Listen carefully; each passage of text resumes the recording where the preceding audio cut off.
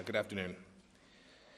The Trump administration is committed to protecting and promoting the God-given dignity and freedom of every human being. Every individual has rights that are inherent and inviolable. They're given by God and not by government. Because of that, no government must take them away.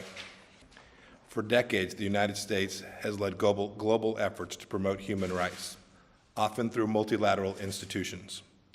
While we have seen improvements in certain human rights situations, for far too long we have waited while that progress comes too slowly, or in some cases, never comes. Too many commitments have gone unfulfilled. President Trump wants to move the ball forward. From day one, he has called out institutions or countries who say one thing and do another, and that's precisely the problem at the Human Rights Council. As President Trump said at the UN General Assembly, it is a massive source of embarrassment to the United Nations that some governments with egregious human rights records sit on the Human Rights Council. We have no doubt that there was once a noble vision for this council. But today we need to be honest. The Human Rights Council is a poor defender of human rights. Worse than that, the Human Rights Council has become an exercise in shameless hypocrisy, with many of the world's worst human rights abuses going ignored, and some of the world's most serious offenders sitting on the council itself. The only thing worse than a council that does almost nothing to protect human rights is a council that covers for human rights abuses and is therefore an obstacle to progress and an impediment to change. The Human Rights Council enables abuses by absolving wrongdoers through silence and falsely condemning those who have committed no offense. A mere look around the world today demonstrates that the Council has failed in its stated objectives. Its membership includes authoritarian governments with unambiguous and abhorrent human rights records, such as China, Cuba, and Venezuela. There is no fair or competitive election process, and countries have colluded with one another to undermine the current method of selecting members. And the Council's continued and well-documented bias against Israel is unconscionable. Since its creation, the Council has adopted more resolutions condemning Israel than against the rest of the world combined. The United States has no opposition in principle to multilateral bodies working to protect human rights. We desire to work with our allies and partners on this critical objective that reflects America's commitment to freedom. But when organizations undermine our national interests and our allies, we will not be complicit. When they seek to infringe on our national sovereignty, we will not be silent. The United States, which leads the world in humanitarian assistance, and whose service members have sacrificed life and limb to free millions from oppression and tyranny, will not take lectures from hypocritical bodies and institutions as America selflessly give their blood and treasure to help the defenseless. Ambassador Haley has spent more than a year trying to reform the Human Rights Council. She is the right leader to drive our efforts in this regard at the United Nations. Her efforts in this regard have been tireless. She has asserted American leadership on everything from the Assad regime's chemical weapons use to the pressure campaign against North Korea and the Iran-backed provocations in the Middle East. Ambassador Haley has been fearless and a consistent voice on behalf of our ally Israel, and she has a sincere passion to protect the security, dignity, and the freedom of human beings around the world, all while putting American interests first. She has been a fierce defender of human rights around the world. I will now turn it over to Ambassador Haley for her announcement on how the United States will move forward with respect to the UN Human Rights Council.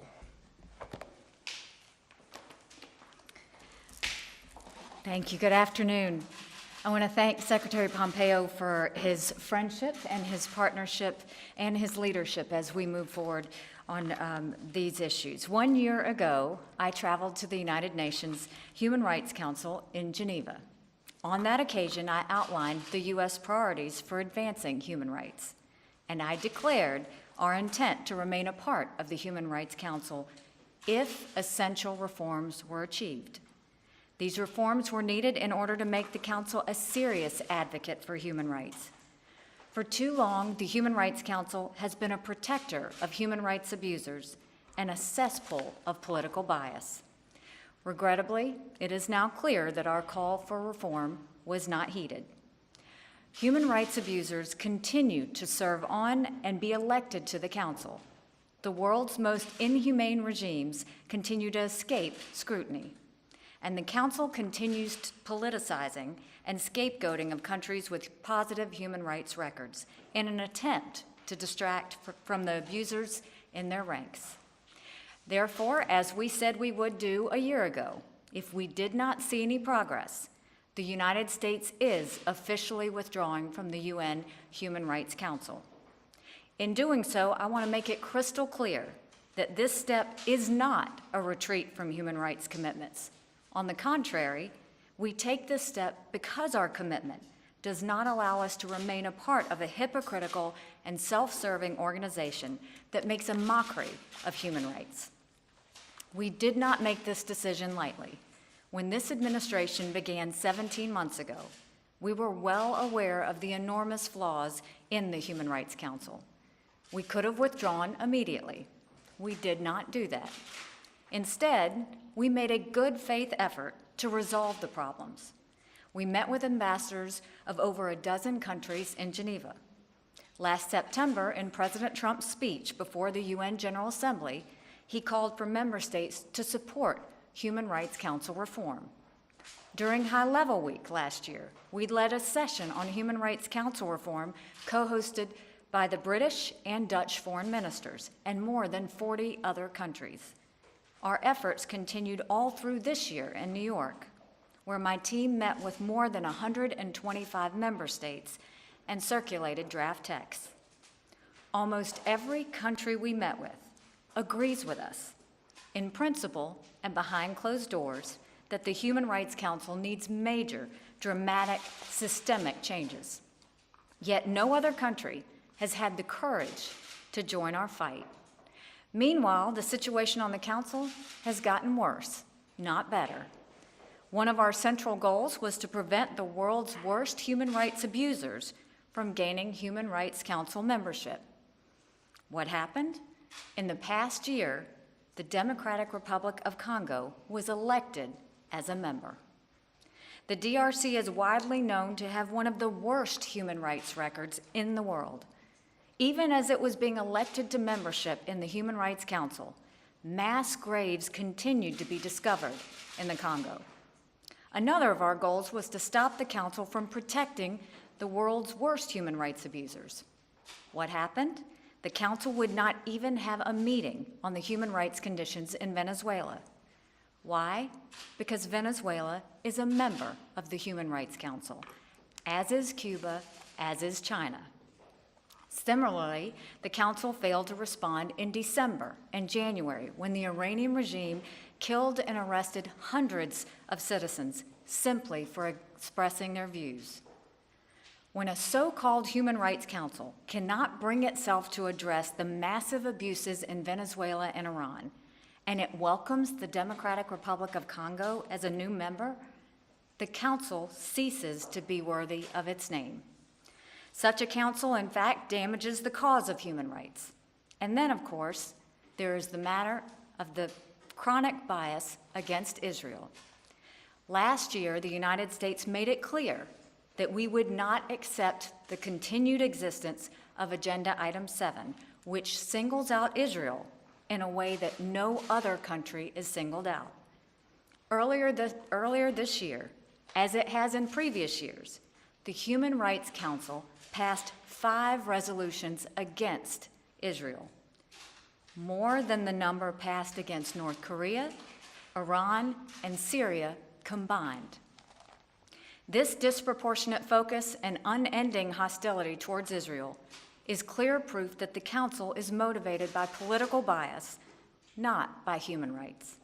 For all these reasons, the United States spent the past year engaged in a sincere effort to reform the Human Rights Council.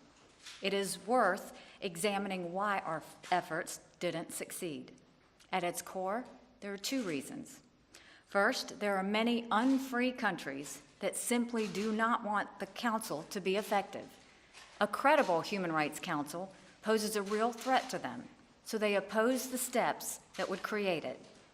Look at the Council membership, and you see an appalling disrespect for the most basic human rights. These countries strongly resist any effort to expose their abusive practices. In fact, that's why many of them run for a seat on the Human Rights Council in the first place, to protect themselves from scrutiny. When we made it clear we would strongly pursue council reform, these countries came out of the woodwork to oppose it.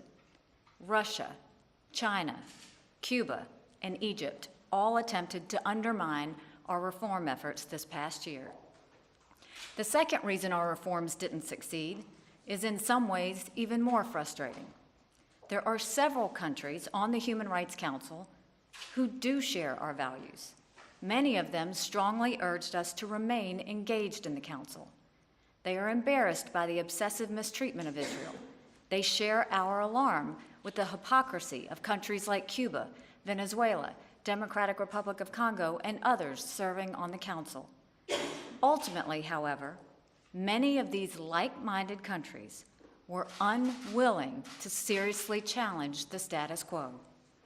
We gave them opportunity after opportunity and many months of consultations, and yet they would not take a stand unless it was behind closed doors. Some even admittedly were fine with the blatant flaws of the Council, as long as they could pursue their own narrow agenda within the current structure. We didn't agree with such a moral compromise when the previous UN Human Rights Commission was disbanded in 2006, and we don't agree with it now. Many of these countries argued that the United States should stay on the Human Rights Council because American participation is the last shred of credibility that the Council has. But that is precisely why we must leave. If the Human Rights Council is going to attack countries that uphold human rights and shield countries that abuse human rights, then America should not provide it with any credibility. Instead, we will continue to lead on human rights outside the misnamed Human Rights Council. Last year, during the United States presidency of the Security Council, we initiated the first ever Security Council session dedicated to the connection between human rights and peace and security. Despite protests and prohibitions, we did organize an event on Venezuela outside the Human Rights Council chambers in Geneva. And this past January, we did have a Security Council session on Iranian human rights in New York. I have traveled to UN refugee and internally displaced persons camps in Ethiopia, Congo, Turkey, and Jordan, and met with the victims of atrocities in those troubled regions. We have used America's voice and vote to defend human rights at the UN every day, and we will continue to do so. Even as we end our membership in the Human Rights Council, we will keep trying to strengthen the entire framework of the UN engagement on human rights issues, and we will continue to strongly advocate for reform of the Human Rights Council. Should it become reformed, we would be happy to rejoin it. America has a proud legacy as a champion of human rights, a proud legacy as the world's largest provider of humanitarian aid, and a proud legacy of liberating oppressed people and defeating tyranny throughout the world. While we do not seek to impose the American system on anyone else, we do support the rights of all people to have freedoms bestowed on them by their Creator. That is why we are withdrawing from the UN Human Rights Council, an organization that is not worthy of its name. Thank you.